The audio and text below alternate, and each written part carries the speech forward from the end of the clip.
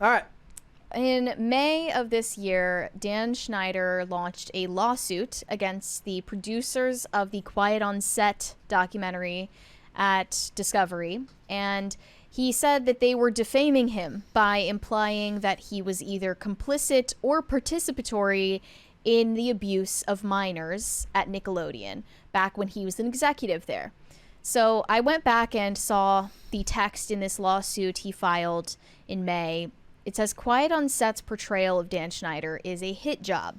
While it's indisputable that two bona fide child sexual abusers worked on Nickelodeon shows, for context, that includes Brian Peck and Jason Michael Handy, I believe was his name, two convicted PDF files from Nickelodeon.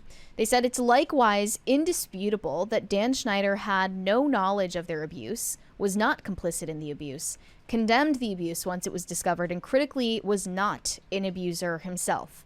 But for the sake of clickbait, ratings, and views, or put differently, money, defendants have destroyed Dan Schneider's reputation and legacy through the false statements and implications that Schneider is exactly that. Yeah. So he felt he had grounds for a defamation lawsuit against the producers of this documentary, this docuseries. We actually reviewed it episode by episode, and we recall what it implied and what it said explicitly about Dan Schneider. I think the only thing that it implied is that Dan Schneider had inappropriately close friendships / working relationships with the Nickelodeon child stars, including and especially Amanda Bynes. There's a 20 there. This was also shout out to Camelot, who's in the chat Jose Quintana. Right. I plan to see Gladiator 2 in the next few days. We'll give a review next week. Weather alert, huge storm predicted for Thanksgiving. Overlord and Empress, favorite food at the dinner table for Turkey Day. Long live PCC. Literally just plain rolls and I'm kidding. What? Plain rolls and mashed potatoes. I just eat turkey. I don't like turkey, but I eat it at Thanksgiving. But it's not your favorite. It's not my favorite. Your favorite is a dinner roll. Yes. And mashed potatoes. What the hell is wrong with you? By the way, the reason why this show works and the reason why Mary reads is because she uses words like participatory and portmanteau in sentences. And historicity. I remember you had an aneurysm over that the other day.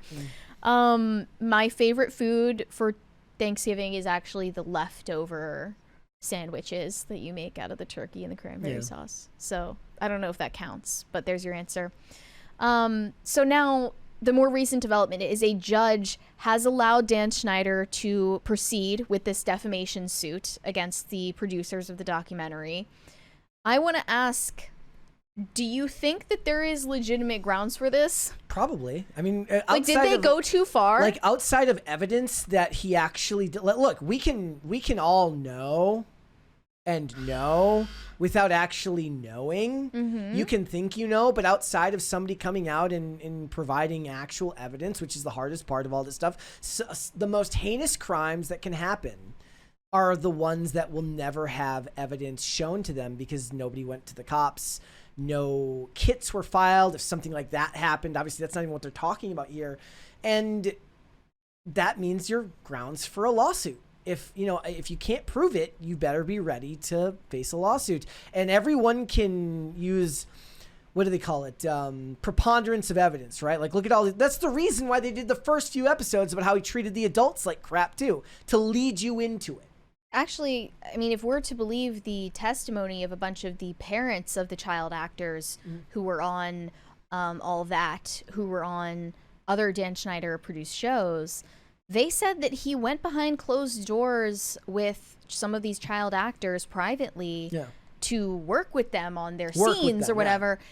I don't even know if he did anything, behind those closed doors with any of them, but that's actually breaking the law regardless. Yeah.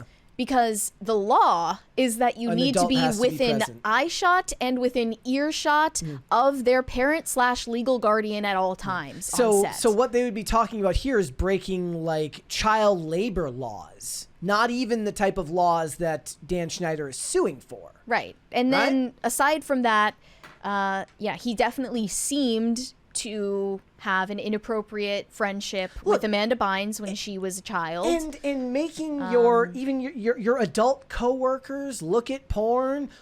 It was the 90s. Look. He's obviously a perv. The world is very different now from the world that he inhabited when Nickelodeon was in its heyday. But that doesn't mean that the things that are being the accusations that are being thrown out can be proved. And the law isn't about what's right. The law is about what you can prove. He did surely a lot at Nickelodeon that was wrong and should be called out, but it was not illegal, including that what you just said, like being inappropriate with adult coworkers as well. But you saw, in the documentary, they show pictures of him with Amanda Bynes from her earliest days starting out at Nickelodeon when she had her own show and when she was on All That, where they're like touchy-feely together. Yeah. She's like seen giving him massages on his shoulders and his neck. Again, and that's so far beyond the pale of what's appropriate. I think people in the chat thought I was being serious. No, my joke is that when I say it was the 90s, the joke of that is that things were so different back then that it's used as like this magic wand to just absolve anything that happened back then. Now, it was the 90s can be used in a good context too, of just talking about how some things were better back then, but that's not what this is. Some things were better. Some things evidently were worse, but they were just hidden from public view. And I think there is evidence, Amanda Bynes ending up as mentally deteriorated as she is today is evidence that something went wrong. Yeah, that's evidence to us. That's not evidence to a court. That's the problem. I know. It's just evidence to the court of public opinion. Yeah. And I think that's what Dan Schneider is trying to point out, that they have implied that he was one of the abusers at Nickelodeon, or that he was aware of abuse at Nickelodeon and didn't do anything about it. I think actually the latter situation is far more likely. And say what you will, but he was incredibly talented and a kingmaker at Nickelodeon, had all the power in the room. He had a gift for creating things that drew viewers. He absolutely did. And here's the thing. This is what I was talking about in regards to J.K. Rowling, which is that you're given leeway. Follow me here. You're given leeway when you create things of value. So J.K. Rowling can have whatever views she wants, as long as she keeps, owning a property that just gives Warner Brothers license to back up the money truck. That's fine. The same thing would have been true back in the 90s for Dan Schneider, which is that as long as he kept delivering hit shows, they're not going to look too hard at all of this other stuff. Mm-hmm. So this says the judge has denied a motion filed by attorneys for Warner Brothers and Sony, which had sought to throw out Dan Schneider's lawsuit. Yeah. And then she wrote that Schneider's lawyers argued persuasively that defamation can be implied from Quiet on Set, that the trailer and documentary state or imply Schneider sexually abused children who worked on his shows, and that Schneider was a child sexual abuser. So she says there is possibly a case to be made here that the producers of Quiet on Set were liable for damages to his career and his reputation. And it's crazy how immediately the first responses to this news are blaming Trump somehow. What? Yeah. Yeah, this person said, this is what happens when you elect a convicted rapist. A precedent to protect abusers that was already set is further strengthened. Other people said this judge was appointed by Trump, which is not factually true. We actually checked. This judge was appointed by Biden. Yes. But they're somehow wrapping Dan Schneider into the... I saw people... This is like all of the people I hate. They're all the same. I saw people saying that the reason why the studios are playing nice now is because they think Trump is going to come after them. People are so brain dead that they think that the reason why actors didn't want to work with Sebastian Stan on Actors wasn't because they didn't want to have their audience by talking about Trump in a situation where no good can come of it. They thought they didn't want to do it because they were worried that Donald Trump would come after some random actor from Variety's Actors on Actors segment because they're brain dead. LMAO. Just LMAO. LOL. LMAO even. LMAO even. Well, I think this actually, in a weird way, validates some of our criticisms of Quiet on Set from back when we were watching and reviewing the episodes.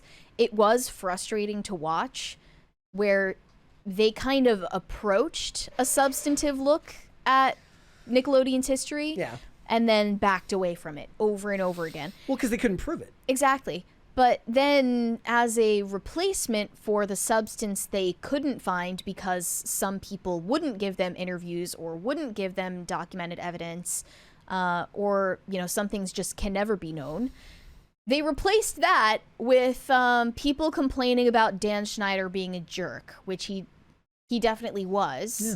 Okay, he was a nightmare to work with, it sounds like.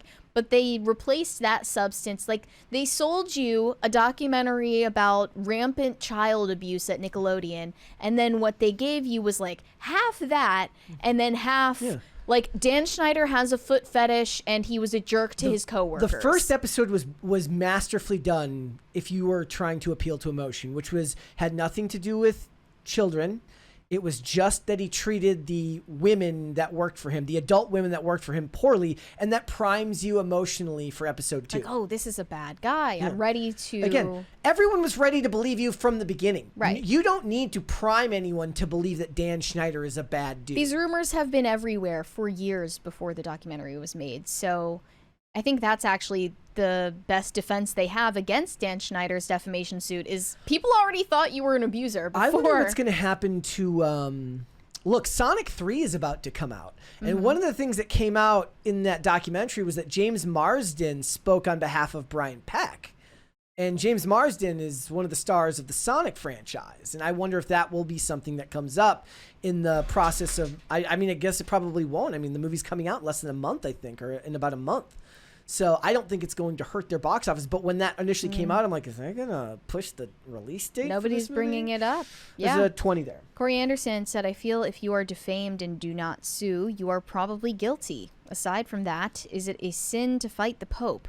The Bible doesn't say, and if Paul can get 65 million viewers to fight Tyson, I can top it fighting the pontiff? I don't know what any of that means. But I almost disagree with the principle that if you're defamed and you don't sue, you're guilty. Because that just means you're expecting everyone to have the resources to sue for defamation. That's not always the truth. I mean, it's predominantly, I'm not predominantly, but it will disproportionately affect people of means, though. Right. So, I mean, Dan Schneider is, I guess, hoping to clear his name and claim his innocence in his industry. It's funny because, you know, nobody in Hollywood actually cares whether or not you're this bad, like, villainous They care if you abuser. get caught doing it. They care if you get caught. So, I mean, he's going to be fine either way, actually. Yeah. Yeah. Those royalties are juicy. Thanks for watching. Listen to full episodes of Pop Culture Crisis on Spotify. Keep up with us on social media and make sure you subscribe and ring that bell so you never miss the show. Bye, guys.